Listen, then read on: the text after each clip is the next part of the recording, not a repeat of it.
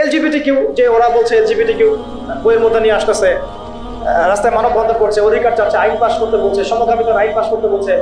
সুদ তো আগেই হালাল করে ফেলছে তারা, মদের লাইসেন্স তো এগুলো আগেই দেওয়া হয়েছে, পতিতালয়ের লাইসেন্স আগেই দেওয়া হয়েছে। আর ইসাই মুসলিমরা কাজ করতেছে, শুধু এনজিওরা কাজ করতেছে, কাদিয়ানিরা কাজ করতেছে। আমরা কি এগুলোর একটাও ওরার থেকে কেটে ফেলতে পারছি? তো এটা আমরা পারতাম যদি আমাদের কাছে ইসলামী শাসন ব্যবস্থা বা ইসলামী একটা ইমারা বা একটা খেলাফা রাষ্ট্র থাকতো। এই জিনিসগুলো আমাদেরকে বুঝতে হবে। আল্লাহ পাকের বোঝার তৌফিক দান। কয়টা বলছি? 5টা। 6 নম্বরটা খুব বেশি ইম্পর্টেন্ট। এটা আমাদের জন্য খুব বেশি ইম্পর্টেন্ট এই কারণে যে এটা জাতির মেরুদণ্ড। আমাদের জাতির মেরুদণ্ড কি? শিক্ষা। এখন আসেন একটু পিছনে ফিরে তাকান, বিগত 30, 40, 50 বছরে, বিগত 30 থেকে 40 বা 50 বছরে জাতীয় শিক্ষা ব্যবস্থার মধ্যে ইসলাম কতটুকু আছে আর কতটুকু নাই? আদৌ কি আছে? জাতীয় শিক্ষা ব্যবস্থা, আমি কিন্তু মাদ্রাসা শিক্ষার কথা বলছি না।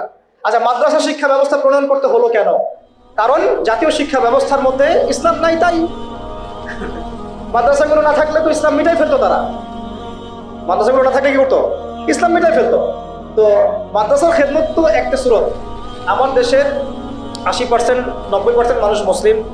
কোটি কোটি ছেলে মেয়ে স্কুলে পড়াশোনা করে, কলেজে পড়াশোনা করে, ইউনিভার্সিটিতে পড়াশোনা করে।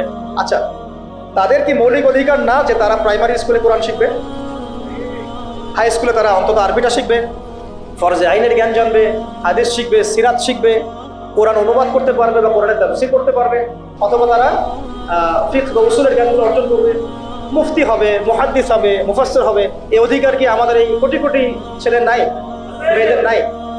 আমরা শিক্ষাকে একদম সেকুলার করে ফেলছি।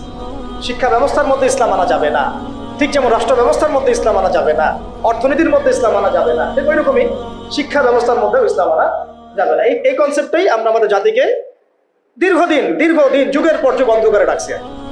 এই জন্য দেখা যায় একজন এমপি সাহেব কোরআন তেলাওয়াত করতে পারে না, একজন বিসিএস ক্যাডার সূরা ফাতিহা পড়তে পারে না, একজন বুদ্ধিজীবী টকশো ফড়াই ফেলতেছে, একদম টকশো থেকে একদম কি একটা অবস্থা, টেবিল থাপড়ায় থাপড়ায় কথা বলছে, কিন্তু এদিকে সে হুজুর ফরজ বলতে পারে না। হ্যাঁ, এইভাবে আমরা আমাদের সমাজটাকে একদম ধ্বংস করে ফেলছি।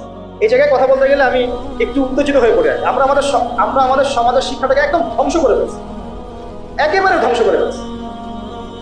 আমাদের আর্মি অফিসারদের কি এই অধিকার ছিল না যে তারা কোরআনে হাফেজ হবেন, তারা মুহাদ্দিস হতে পারবেন, মুফতি হতে পারবেন? হ্যাঁ,